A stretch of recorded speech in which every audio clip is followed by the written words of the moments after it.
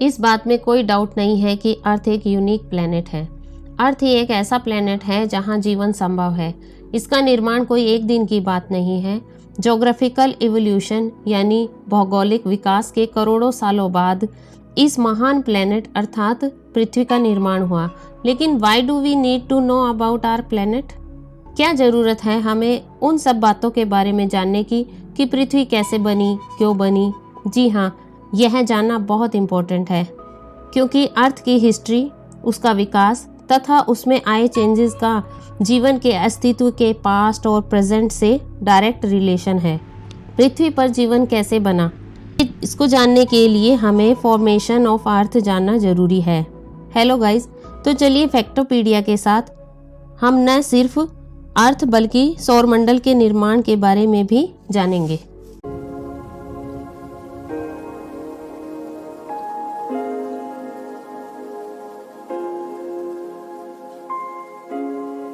Formation of earth. हमारी पृथ्वी सूर्य से क्रम में 3 नंबर पर आती है। पृथ्वी एक स्थलीय ग्रह है। यदि आपको नहीं पता है कि स्थलीय ग्रह क्या होते हैं, तो आपको बताते चलते हैं कि जो ग्रह पत्थर, चट्टान तथा मिनरल आदि से मिलकर बने होते हैं, यानी जो ग्रह ठोस होते हैं, उन्हें स्थलीय ग्रह कहा जाता है। जैसे हमारा मंगल ग्रह, बुध ग्रह, शुक्र ग्रह और हमारी पृथ्वी।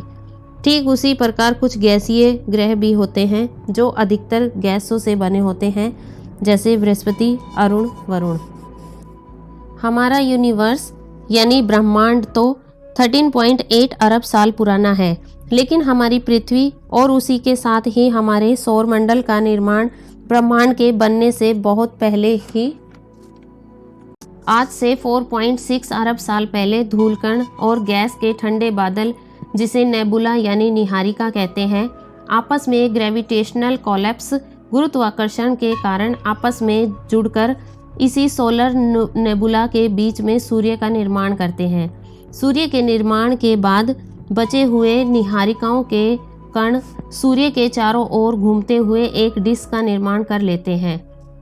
इस डिस्क में घूमते हुए छोटे छोटे पार्टिकल ग्रेविटी के कारण आपस में जुड़कर बड़े पार्टिकल बनने लगते हैं, लेकिन अभी भी कुछ हल्के व बेहद छोटे एलिमेंट्स जैसे हाइड्रोजन तथा हीलियम सूर्य के पास वाले क्षेत्र में स्थित रहते हैं।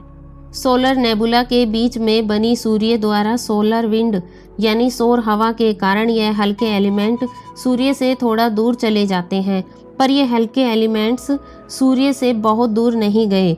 ये इतना ही दूर गए जितने में उसके ऊपर सूर्य के ग्रेविटेशनल फोर्स लग रहा था, और सूर्य के पास बसते हैं थोड़े भारी और बड़े मटेरियल। यह बड़े मटेरियल आपस में ग्रेविटी के कारण जुड़ना शुरू हो जाते हैं। जो एलिमेंट बहुत ज़्यादा भारी होते हैं वह सबसे पहले आपस में जुड़कर टेरेस्ट्रियल प्लैनेट्स यानी स्थलीय ग्रह का कोर बनाते हैं। टेरेस्ट्रियल प्लैनेट जैसे शुक्र, मंगल, बुध, पृथ्वी, जब इन टेरेस्ट्रियल प्लैनेट के कोर बन जाते हैं, फिर इस कोर के ऊपर कोर के मटेरियल से कम भारी मटेरियल कोर के ऊपर ग्रेविटी के कारण आपस में जुड़ते चले जाते हैं। भारी मटेरियल कोर की तरफ जाते रहते हैं और हल्के मटेरियल ऊपर आते रहते हैं और बना लेते हैं क्रस्ट की लेयर, और इसी प्रकार 4 बड़े स्थलीय गोल पिंडों का निर्माण होता है।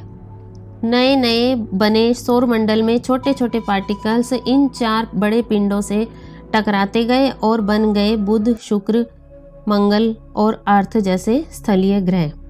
हमारी पृथ्वी सूर्य से एक आइडियल डिस्टेंस पर स्थित है। यदि पृथ्वी सूर्य से ज़्यादा पास होती तो सन की हीट से पृथ्वी की सतह पर सब कुछ जल जाता, और यदि अधिक दूरी पर होती तो पूरी तरह जम जाती। सूर्य हमारी पृथ्वी से इतना बड़ा है कि इसमें करीब 13 लाख पृथ्वी समा सकती है, और द्रव्यमान यानी वजन की बात करें तो सूर्य पृथ्वी से 3,40,000 गुना ज़्यादा भारी है। सोलर सिस्टम में अर्थ ही एक ऐसा प्लेनेट है जहां लाइफ एग्जिस्ट करती है। इसके 2 कारण हैं, एक तो एटमॉस्फेयर में ऑक्सीजन की अधिकता तथा दूसरा सरफेस पर पानी की प्रचुर मात्रा। आपको जानकर हैरानी होगी कि फॉर्मेशन के बाद पृथ्वी केवल एक वाटरलेस चट्टान के रूप में थी, परंतु जैसे जैसे डीप प्रेशर बढ़ा, हीट के कारण इनर पार्ट मेल्ट होने लगे, जिसके कारण कुछ केमिकल पृथ्वी की सतह पर आ गया और पानी बन गया। पृथ्वी की दूरी सूर्य से 150 मिलियन किलोमीटर है।